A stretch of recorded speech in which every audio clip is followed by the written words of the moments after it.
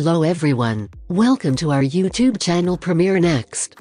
In this video you are going to get all the information related to the latest review updates on the Decameron Season 1. The new 8-part Netflix series The Decameron actually has no defenses. It was done incorrectly even though there were other ways it could have been done correctly. Incredibly, absurdly, and needlessly incorrect.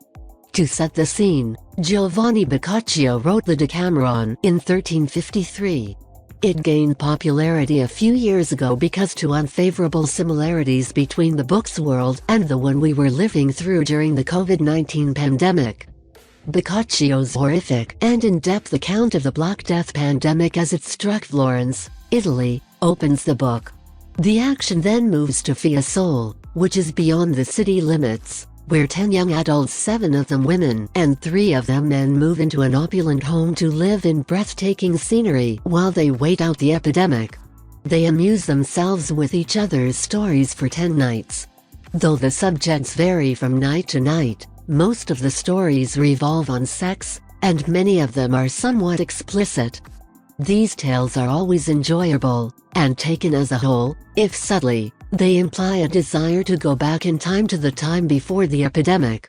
Although Pier Paolo Pasolini's 1971 film The Decameron was a satirical and potent work of art, it was only able to dramatize a small number of the 100 stories found in Boccaccio's book. Television, in the right hands, would be the perfect venue for the Decameron. Dramatizing the entire book over 10 seasons would be a very ambitious TV undertaking. Another approach may be sporadically enacting the most captivating tales, of which there are several ones, and continuing to do so for as long as spectators show an interest. Focusing on the residents of the villa would be yet another method to approach the Decameron. Making up new stories would be necessary for this, although that would be intriguing. After all, a massive event has recently occurred that affects people everywhere. Imagine a television show that examined the similarities between the past and present within a medieval framework. The Decameron on Netflix is the worst of both worlds, pure stupidity. Despite having the characters speak and behave like contemporary people, show creator Kathleen Jordan develops a series that is unrelated to the tragedy that contemporary people have experienced. Other than a few character names, the series and the classic are unrelated. In actuality, we haven't fully digested the experience of the pandemic. We eventually came to the realization that daily life had returned to something akin to life before the epidemic as COVID-19 sort of faded away without really disappearing. However, the processing, the artistic inventory taking, has not yet taken place.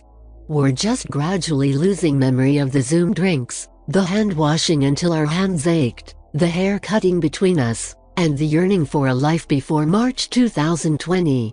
The makers of the Decameron could have contributed to the healing process, but they decided to be smug about something that, as we have all just learned, was anything but a joke.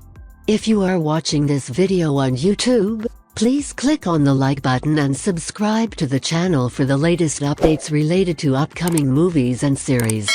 Related to